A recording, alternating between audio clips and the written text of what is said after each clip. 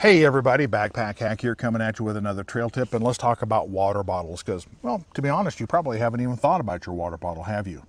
Now, under normal circumstances, you probably don't even have to worry about it. If you're just going to go on a day hike, just going to in and out or a loop and be back to your vehicle before sunset, maybe you're just car camping in an established campground for the weekend, or you just want to stay hydrated at your grandkids' ball game, any water bottle is going to do. But in severe situations, let's say you're lost in the woods and you need to go into survival mode. Maybe you are on a through hike on a long trail and you're going to be away from a potable water source for days and maybe even weeks on end. Maybe you're lost. You're deploying your bug out bag or your get home bag. Whatever the situation, you're going to want a water bottle that is going to stand up and endure the rigors that you're going to impose on it and perform well beyond the expectations that you have for it. You want one that is actually going to work and work well. So in those cases, you want to consider your water bottle very, very carefully. So let's go over some of the things you want to avoid, what do you want to look for in a water bottle, and I'll show you my choices when we get all done. So let's get started, shall we? Another thing you want to avoid is simply recycling sports drinks or water bottles. They are too thin-walled.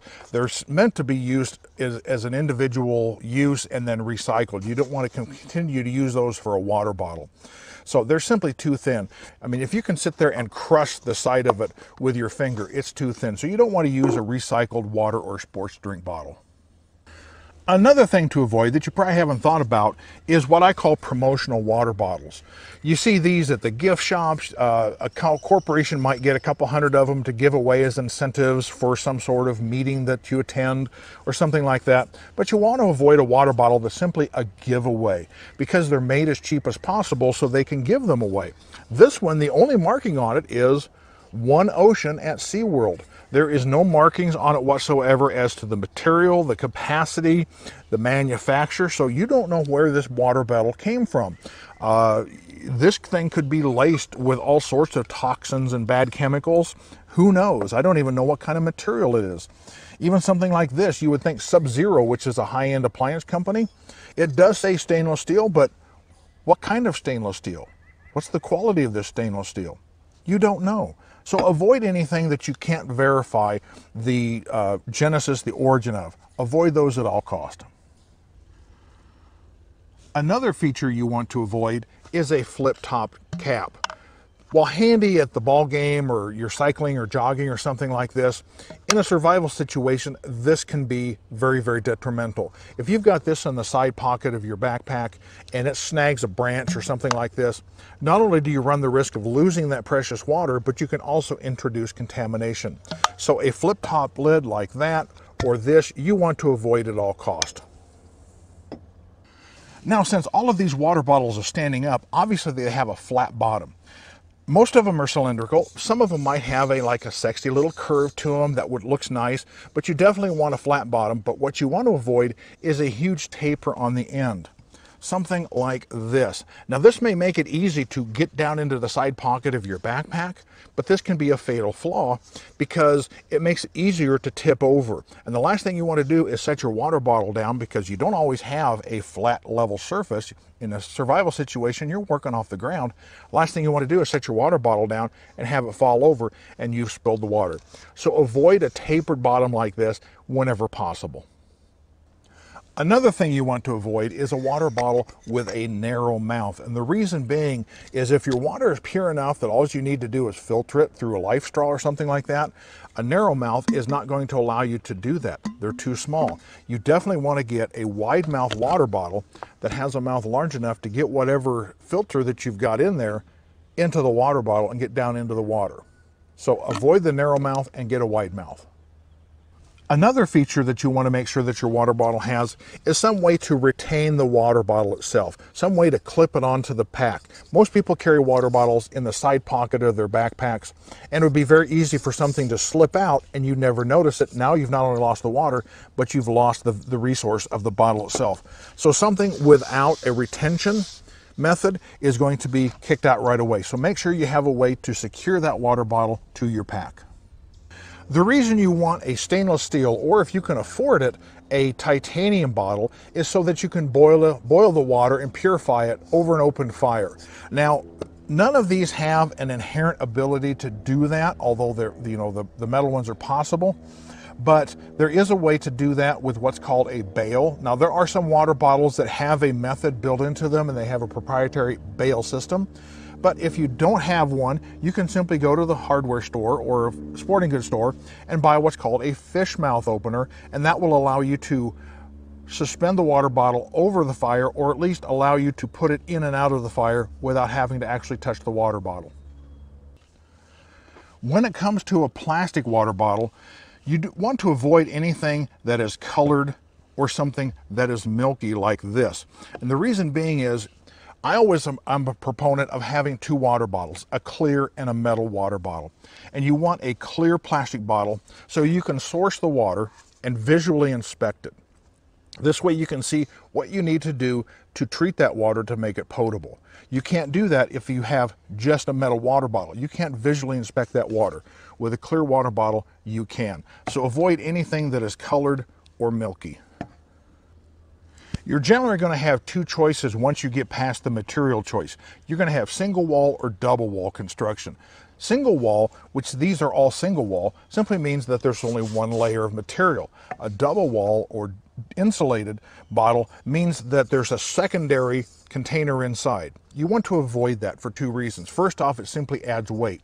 Yes, great to go to a sporting event or go out jogging or hiking or whatever and have a nice cold drink, which the insulated bottle will do that for you. However, you want to avoid that because, first off, it adds weight, and second off, if you're using a metal container to boil your water in, it's going to take a lot more fuel to boil that water because that insulation gap in there, that air gap, is going to keep a lot of that heat from reaching the water. So avoid getting a double-walled or insulated bottle. When it comes to material, you want two things. In both plastic and metal, you want BPA free. Now, BPA stands for this. I'm not even going to try to pronounce it because I know I'll butcher it, but it's a chemical used in the manufacturing process of the bottle, and it stays in the material. And if it's in the material and you put water in it, that chemical will leach out into the water, and then you ingest it, and it's not healthy. So you want a BPA free. If you're looking for stainless steel, you want either 18/8 or 304 stainless steel. So even if I have a water bottle here that is stainless steel, I don't know what the composition of it is. Like this one here, it just says stainless steel. I don't know the quality. So I want to get a quality stainless steel, BPA, as well as a BPA-free water bottle. So material is very, very critical. Do your research and make sure you make a good choice. Towards that end, I'm always a proponent of two water bottles. You want a clear water bottle so you can visually inspect that water for purification and you can see what you've got. And you also want a metal bottle, preferably either stainless steel or, if you can afford it, titanium. Aluminum, I'm not really sure. I've never really tried aluminum over an open fire to boil it. But I would suggest that you avoid aluminum simply because it's so thin and lightweight. If you get it too hot, you could warp your water bottle. Then that lid won't seal. So either stainless steel or titanium if you can afford it. You also want to have a clear plastic bottle, not a colored, not anything like this, and not anything with a whole lot of screen printing or something like that. You want a clear water bottle simply because, first off, it allows you to collect the water and visually see what you've got in it to see how you want to start treating it. Is there a lot of particulate matter floating around in there that you need to filter out, or can you simply go straight to boiling it, to disinfecting it? Or you can use a clear water bottle for the soda method of purifying your water. And if you want to know more about that, watch this video up here. How big should your water bottle be? That's a good question. There is no magic number. Say, get this size and you're going to be fine. Obviously, a smaller water bottle is going to be lighter and more compact. However, it's going to limit you to how much water you can carry. Too big of one and you're taking up too much space and carrying too much weight. So middle ground, I'm going to say, somewhere between 24 and 36 ounce. You don't want to get it so small that you can't carry enough water to stay hydrated.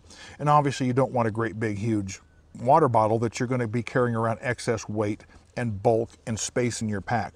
So 24 to 36 ounce is kind of in the good range to get started with. So out of all these bottles, which ones do you think I would choose? Well, obviously some of them are not going to work because of the reasons I've already given you. So my choices are these two right here. This is a Nalgene 32 ounce, and this is a Klean Kanteen. It's 27 ounce. For some reason, they don't make a 32. They do make, I think, a 40, which I thought was a little bit too big. And I don't think it would actually fit in the side pocket of my backpack. So I just went with a 27. These two fit all of the criteria that I've set forth in this video. There's a retention method, it's clear, it's 18/8 stainless steel. So these are the two that I'm going to rely on. Most of these are going to be sent somewhere else. I'm going to get rid of them. The ones I'm going to keep are, I've got 2 or 3 of these, and the only reason I'm keeping these is because it states right on there that it's 18/8 steel, and it does have a wide mouth. It's got a retention method. So although I'm not going to rely on this in an emergency situation, I am going to keep this one for backup purposes, but the rest of these are going to go bye-bye. So these are my 2 choices, the Nalgene and the Klean Kanteen. I'll put a link in the description below so you can go check those out. So after all of that, my choices are the Nalgene and the Klean Kanteen, and I'm going to keep the 2 or 3 of these that I have because they meet all the other criteria other than the fact that it has a paint on the outside, and if I have to boil water, I can because this is an 18/8 stainless steel. Even though this one's stainless steel, it's out. This one, it kind of meets it, but it's aluminum. Too thin, small mouth. This is aluminum, it's plastic, it's milky, got a tapered bottom, and it's got a pop top cap, which I don't really care for. I can't imagine trying to rely on that as a water bottle. It has the flip top lid. The mouths are too small in these. This is simply too thin, it's too easy to crush. And this one, you can't see the water that's inside of it. So these are going to be the ones I keep. The rest of these are going to get recycled. So anyway, I hope you found this video helpful. This is Backpack Hack coming at you with this trail tip. Be sure to like, subscribe, share, and comment on my videos. Be safe out there, and I'll see you well hydrated out on the trail.